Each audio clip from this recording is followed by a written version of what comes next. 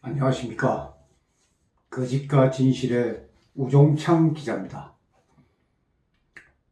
명예훼손 사건에서 현직 언론인 2명에게 실형을 선고하는, 그러니까 언론인의 입을 막고 손을 묶어버리는 최악의 1심 판결이 나왔습니다.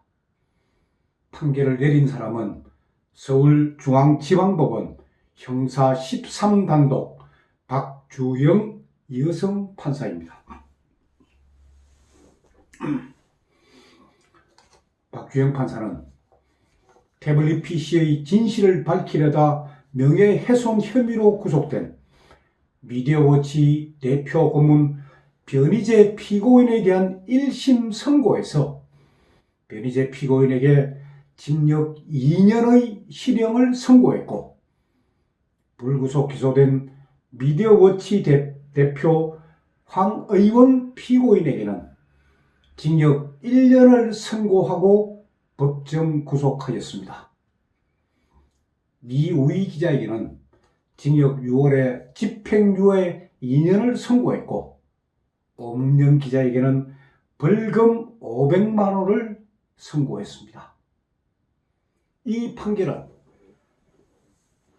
2018년 12월 10일 월요일 오전 10시에 있었습니다.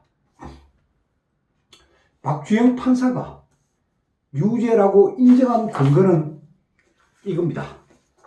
피고인들이 사실 확인을 하지 않았다는 것, 반복적으로 허위 사실을 유포했다는 것, 이런 이유로 유죄를 선고를 했는데, 박주영 판사의 이 판결은, 물론 1심 판결입니다. 확정된 건 아닙니다. 이 판결은 대법원의 판례와 너무나 다른 것입니다. 오늘 이 시간에 제가 말씀드릴 내용은 대법원 판례입니다. 시청자 여러분들은 이승복 어린이 사건을 기억할 것입니다. 이승복 어린이는 울진 삼척 지구에 침투한 무장 공비들을 향해서 나는 공산당이 싫어요 라는 말을 했다가 무참하게 피살당했습니다. 이승복 어린이 사건은 조선일보에 크게 보도가 되었습니다. 그런데 기자협회 소속 이 개곤 기자라는 김종배라는 사람은 그 JTBC에 뭐 가끔 시사평론가라 하면서 출연하는 그런 사람입니다.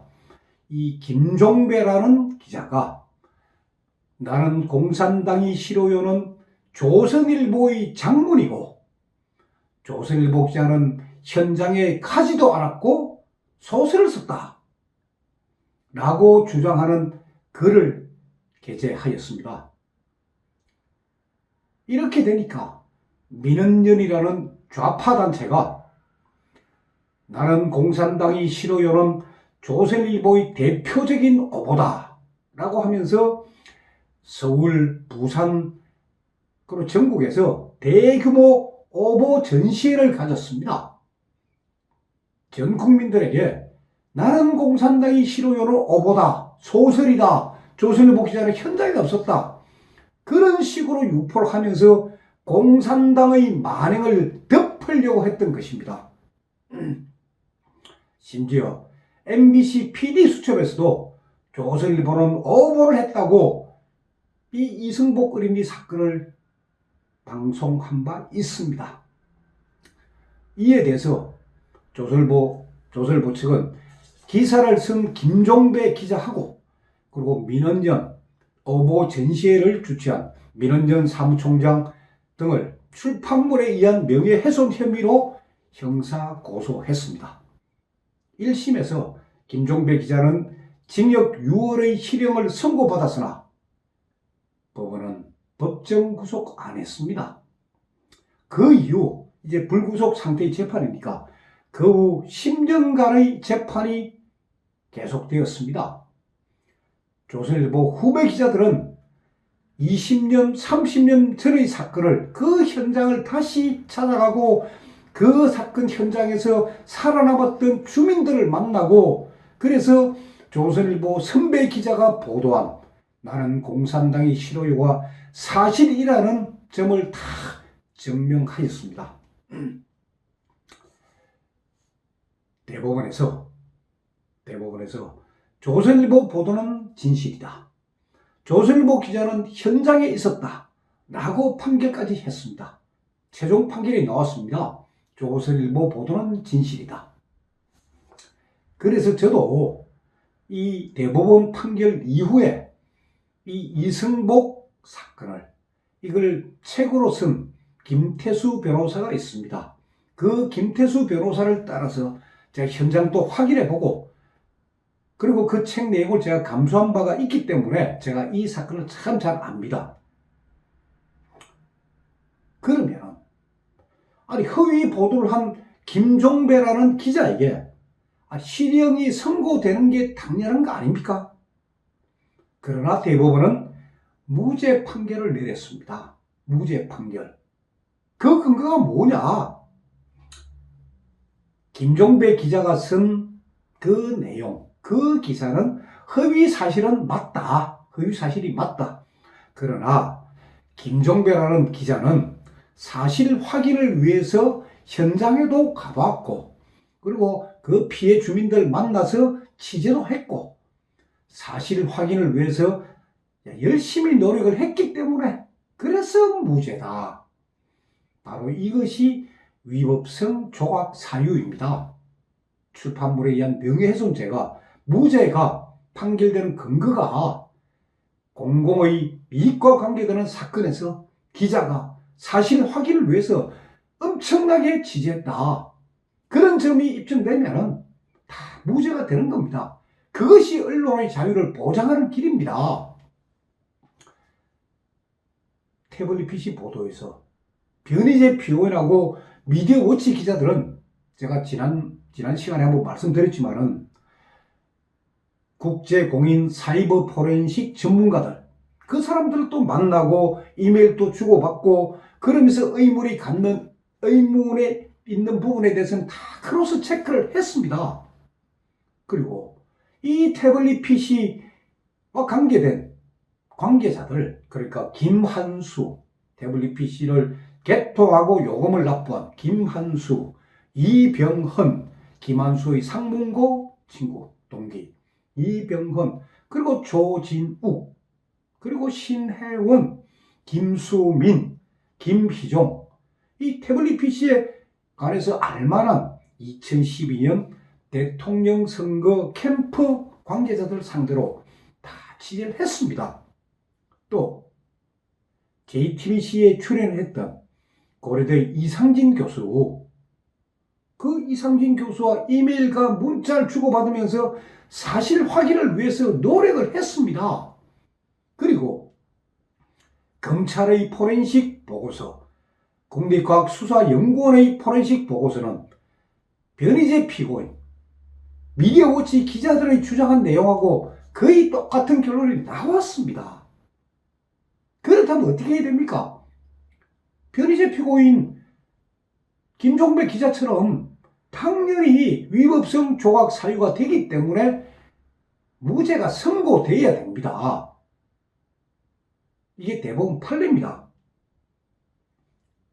그런데 박주영 판사는 대법원에서도 인정하는 위법성 조각 사유 이걸 인정을 안 했습니다.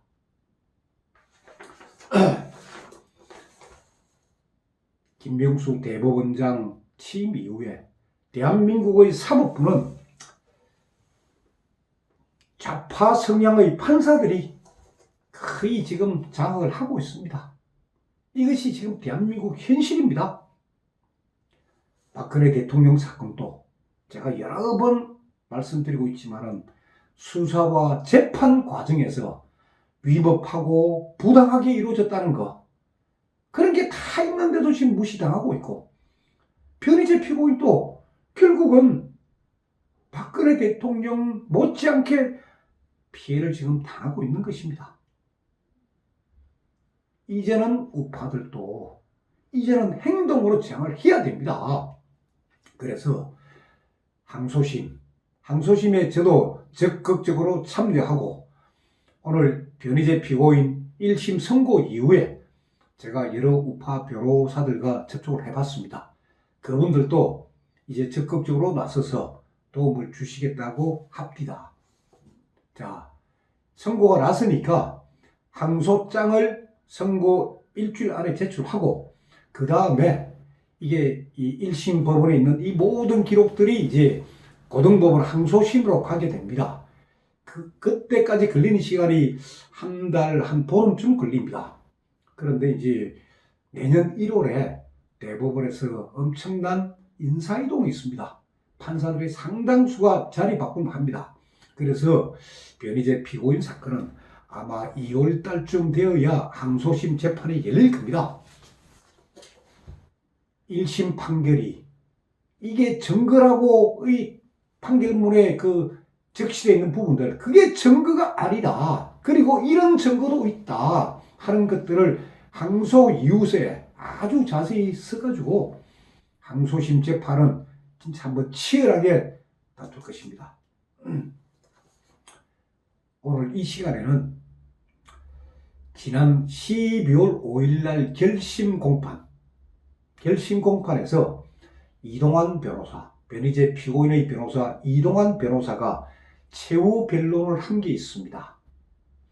그 내용에 보면은 JTBC 보도가 얼마나 사실과 다르고 JTBC가 얼마나 많은 문건들을 삭제하고 수정하고 했는지 그런 내용들을 이동환 변호사가 최후 변론서에 자세히 써놨습니다. 뿐만 아니고 손석희 JTBC 지금 대표이사입니다.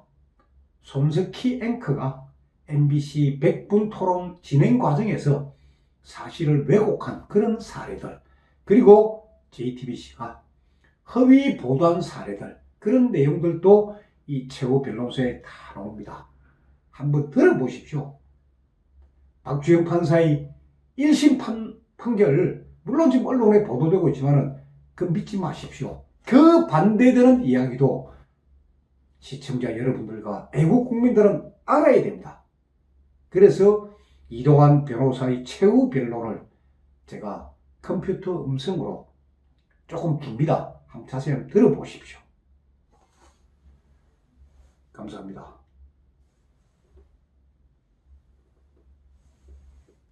JTBC의 2016년 10월 24일 태블릿 보도는 시작부터 조작설에 휘말렸습니다. 태블릿 PC에 관한 첫 보도에서부터 자사의 데스크탑 PC에 청와대 문서를 옮겨 심은 뒤 최순실의 것이라고 보도했기 때문입니다. 모니터 화면에 JTBC의 폴더들이 잡혀 논란이 일자 JTBC는 긴급히 방송 화면을 블라인드 처리했습니다. 대체 왜 이런 식으로 조작 보도를 하였느냐는 질문에 JTBC 측은 그동안 묵묵부답하였습니다. 그러다가 손용석이 법정에 나왔을 때 비로소 최순실의 증거인멸을 막기 위해 그랬다는 궤변을 늘어놓았습니다. 언론사가 취재원의 증거인멸을 우려하여 조작 보도를 한다는 것은 그 어떤 논리로도 정당화할 수 없습니다. 그렇기 때문에 JTBC는 지금까지도 이에 대해 공개적으로 해명을 하지 못하고 있는 것입니다. 이렇게 조작설이 일파만파로 번져나가는 동안 김경재 자유총연맹 총재가 문의해왔을 때 피고인 변희재는 중앙미디어 그룹이 설마 조작을 했겠느냐, 유언비어일 것이다라고 답변하였고, 김 총재는 한번 조사해보고 유언비어를 막아달라고 요청하여 2016년 11월 말경부터 미디어워치 차원에서 조사를 시작하게 되었습니다. 즉 JTBC가 첫 보도를 한 이후 한 달이 지난 시점에 SNS상에서 광범위하게 유포된 태블릿 조작론, 유언비어를 막기 위하여 조사를 하였던 것입니다. 피고인들이 이와 같은 조사를 하는 과정에서 JTBC 측이 최순실의 사진 2장만으로 최순실의 태블릿이라고 무리하게 단정하였고 개통자 김한수에 대한 취재조차 전혀 하지 않은 것을 알게 되었습니다. 특히 JTBC가 증언자로 지목한 고영태가 국회 청문회에서 최순실은 태블릿을 사용 못한다고 증언하면서 조작론은 더욱 거세게 일어났습니다. 피고인 변희재는 정호성을 변호한 차기환 변호사를 통해 개통자 관련 SKT 공문을 입수하여 JTBC가 SKT의 개통자 확인 이전에 개통자가 김한수라고 보도한 사실을 확인하였습니다. 그리하여 2017년 1월 17일경 피고인 변희재는 프레스센터에서 기자회견을 열고 JTBC는 김한수의 협조 없이 어떻게 개통자를 미리 알았는지 JTBC 측에 공개 질의를 하였으나 JTBC는 지금까지도 어떠한 답변도 하지 못하고 있습니다. 피고인 변희재는 이미 2016년 12월 14일경 김한수와의 통화에서 JTBC의 청와대 뉴미디어팀 카톡방 입수 경위를 물어보았는데 김한수는 청와대 인사가 제보한 것이라고 답변하여 JTBC와 김한수의 유착을 강하게 의심할 수밖에 없었던 것입니다. 그러나 손용석과 김필주는 법정에서도 취재원이라는 이유로 개통자 확인건에 대한 답변을 일체 거부함으로써 피고인이 JTBC와 김한수의 유착 관계를 지적한 부분에 대하여 반론을 포기하였습니다. 이후 2017년 8월경 검찰의 디지털 포렌식 보고서가 공개되어 대선 캠프에서 단 3개월 일한 김수민의 연락처가 저장된 것을 확인하였고 대선 캠프에서 함께 일한 신혜원이 태블릿은 대선 캠프 관계자들 소유라고 증언하기에 이르렀습니다. 위 김수민의 사진과 연락처는 태블릿의 계정 메일에 저장된 것으로 확인되었는데 이는 태블릿을 대선 캠프의 김수민 혹은 그와 아주 가까운 인물들이 공용으로 사용한 것이라는 결정적인 증거였습니다. 실제 국과수 보고서에도 다수의 메일 계정이 발견되었고 다수의 사용자가 있었다는 취지로 결론이 나왔고 그 다수의 메일인 직시 9876, 김파 2014는 청와대 공용 메일이라고 검찰이 발표하기까지 하였습니다. 즉 이 사건 태블릿 PC는 다수의 청와대 공용 메일이 사용된 대선 캠프와 청와대 관련자들의 공용 태블릿이었던 것입니다. JTBC는 이러한 최순실의 것이 아니라는 증거와 내용에 대해서는 일체 보도하지 않았습니다. JTBC는 이 사건 태블릿의 실물을 확보하고 조사한 장본인이므로 위와 같은 사정은 모두 알았을 것임에도 진실을 은폐하고 조작 보도를 하였습니다. 더구나 JTBC가 김수민의 사진과 연락처를 수십 번 삭제하였다는 사실이 밝혀졌습니다. 이런 정황들이 드러나자 JTBC는 최순실 혼자 쓴 게 아니다라고 말을 바꾸었습니다. 그러나 JTBC는 지금까지 일관되게 최순실의 것, 최순실의 태블릿이라고 보도하였음은 그간의 방송 자료가 말해주고 있습니다. 피고인은 혹시 청와대 공용 태블릿을 잠시 최순실이 빌려 썼더라도 그것이 청와대 것이라는 점은 변함이 없으며 최순실이 빌려 쓴 기간이 언제부터 언제인지 그리고 그 기간 동안 청와대의 어떤 문건을 최순실이 받았는지는 고소인과 검찰이 입증해야 할 부분이라고 생각하고 있습니다. 현재 4만여 페이지에 달하는 국과수 포렌식 분석 결과 로 데이터가 공개된 상태이며 이를 IT 전문가들이 달라붙어 분석하고 있습니다. 본 재판이 진행되는 와중에도 위 데이터를 통해서 67장에 달하는 김한수의 딸 사진, 50여 장에 달하는 계정 사용자 김수민의 사진도 발견하였던 것입니다. 최근에는 태블릿에 저장된 카카오톡 메시지 등이 보관된 데이터가 JTBC 측이 무단으로 점유한 기간 중 원고지 100매 이상 분량이 삭제된 것을 확인하여 현재 경찰에서 수사가 진행되었습니다.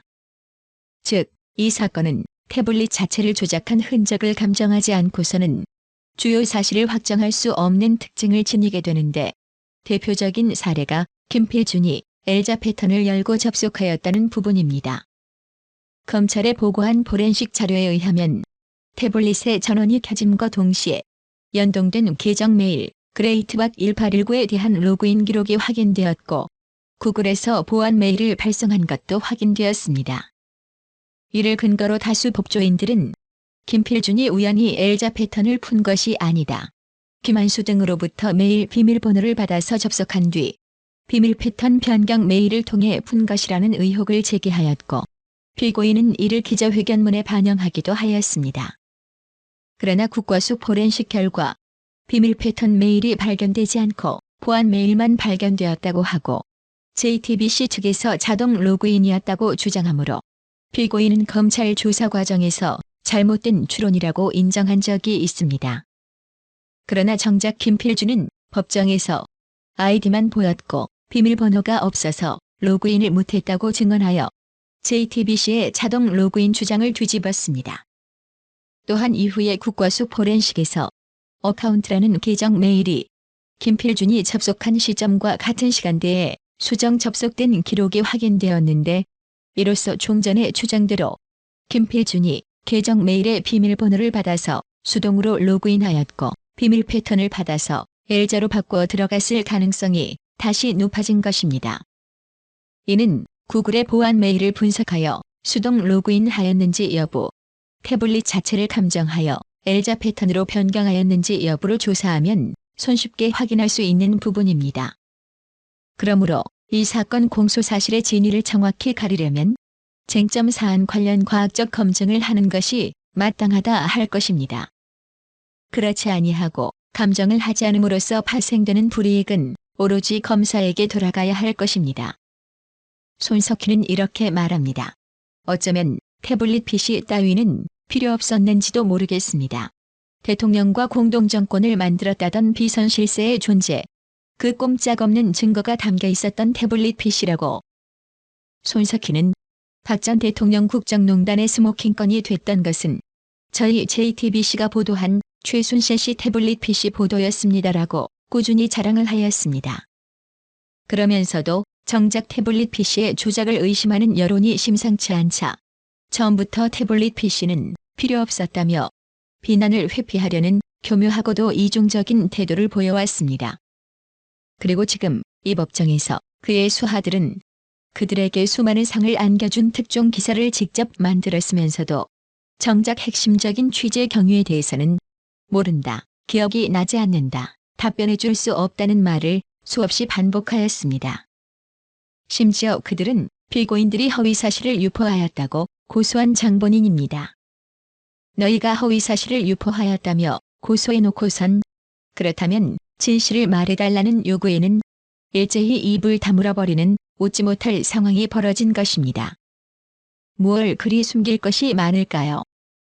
국립과학수사연구소는 세칭 손석희 사단이 남의 물건인 태블릿 PC를 무단으로 점유하면서 불법적으로 분석을 하였던 2016년 10월 22일부터 2016년 10월 24일에 걸쳐 김수민이라는 베일에 쌓인 여자의 연락처를 총 31회씩이나 삭제한 시도가 있었다는 사실을 밝혀주었습니다. 나아가 태블릿에 저장되어 있는 무려 1만 7천여 바이트 가량의 통화 목록, 문자 메시지 목록, 카카오톡 대화 목록을 다량으로 삭제함으로써 미리 증거인멸 작업을 한 상태에서 검찰에 은밀히 제출하였다는 사실이 확인되었습니다. 손석희 사단은 여론에 밀려 2차례씩이나 조작이 아니라는 해명 보도를 한 뒤에도 논란이 가라앉지 않자 이제는 국가 권력을 빌어서 피고인들의 입에 재갈을 물리려 하고 있습니다. 이는 자유로운 토론과 경쟁을 통해서 진리를 추구한다는 자유민주주의 국가의 언론관을 부정하고 오로지 자신만이 진리라는 철저한 오만과 사상의 다양성을 인정하지 않는 절대주의적 사고에서 비롯된 반민주적 행태라고 평가할 수 있겠습니다. 오늘날 대한민국에서 가장 많은 언론의 자유를 누리고 있는 곳이 어디입니까?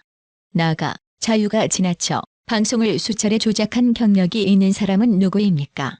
손석희는 MBC 시절부터 100분 토론 시청자 의견을 조작하여 보도한 잘못으로 공식 사과를 하고 방송통신심의위원회의 징계를 받았던 바 있습니다. 이 역시도 당시 피고인 변희재가 직접 문제 제기했었던 사안입니다. 손석희는 JTBC 보도부문 사장으로 이적한 이후에도 재난 등에 대한 불명확한 정보를 마치 사실인 것처럼 방송하여 시청자들을 혼동하게 한 세월호 다이빙배 보도로 마찬가지로 방심위 징계를 받았습니다. 주한미군이 지카 바이러스 실험을 하였다는 허위 보도가 언론중재위원회로부터 정정보도 조정 명령을 받았습니다. 괌 기지에 있는 사두 미사일 관련 외신을 오역하여 사과 방송을 하였습니다.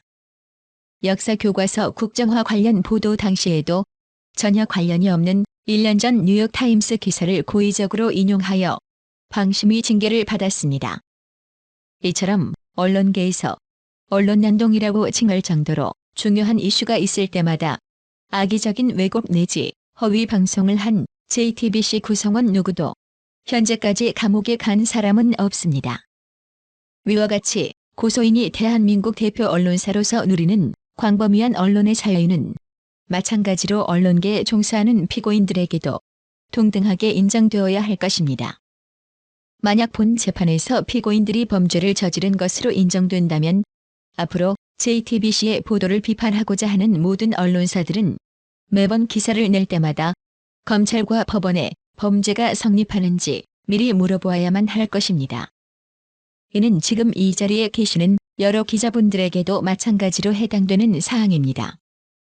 그것은 실질적인 언론의 사전 검열이나 다름없는 것이어서 언론사 간 자유로운 경쟁이 실종될 것이며 앞으로는 유력 언론사가 주장하는 내용만이 진리가 되는 진리 독점의 사회가 될 것입니다. 미디어워치는 언론 감시를 창간 모토로 하는 회사이므로 JTBC의 태블릿 보도를 감시 검증하는 것이 본업이었습니다. 실제로 피고인들은 JTBC가 자사의 데스크톱 PC를 최순실의 것으로 보도한 점, 개통자가 김한수라는 점을 검찰보다 먼저 안 점, 대선 캠프 김수민의 사진이 연락처 계정에 존재한 점 등 JTBC가 감춰온 진실을 밝혀내 혁혁한 공을 세우기도 하였습니다.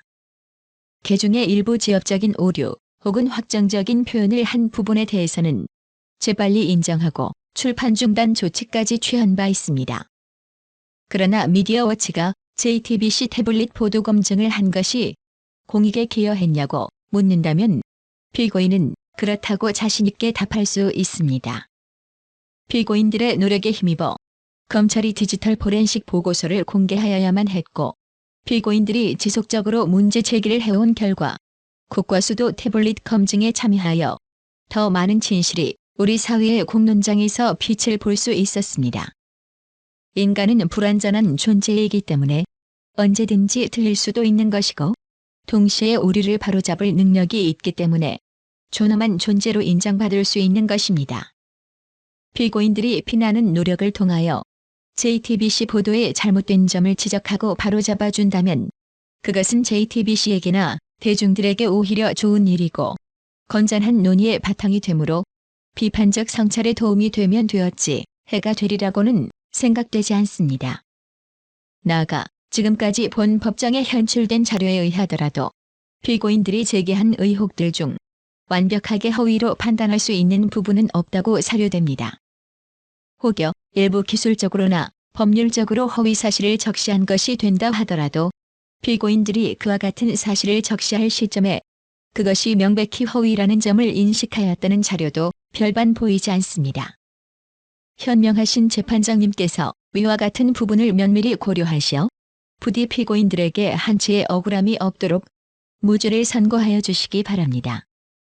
만약 의견을 달리 하시더라도 피고인들이 언론인으로서 직업관이 투철하여 끈질기게 진실을 파헤치고 싶은 마음에서 우리 사회의 최강자인 JTBC와 투쟁해온 점, 자유민주주의 국가의 기본 전제인 언론 출판 사상 표현의 자유는 최대한 보호되어야 한다는 점을 감안하시어 우리 헌법과 법률이 허용하는 한도 내에서 최대한의 관용을 베풀어 주실 것을 간곡히 부탁드리겠습니다.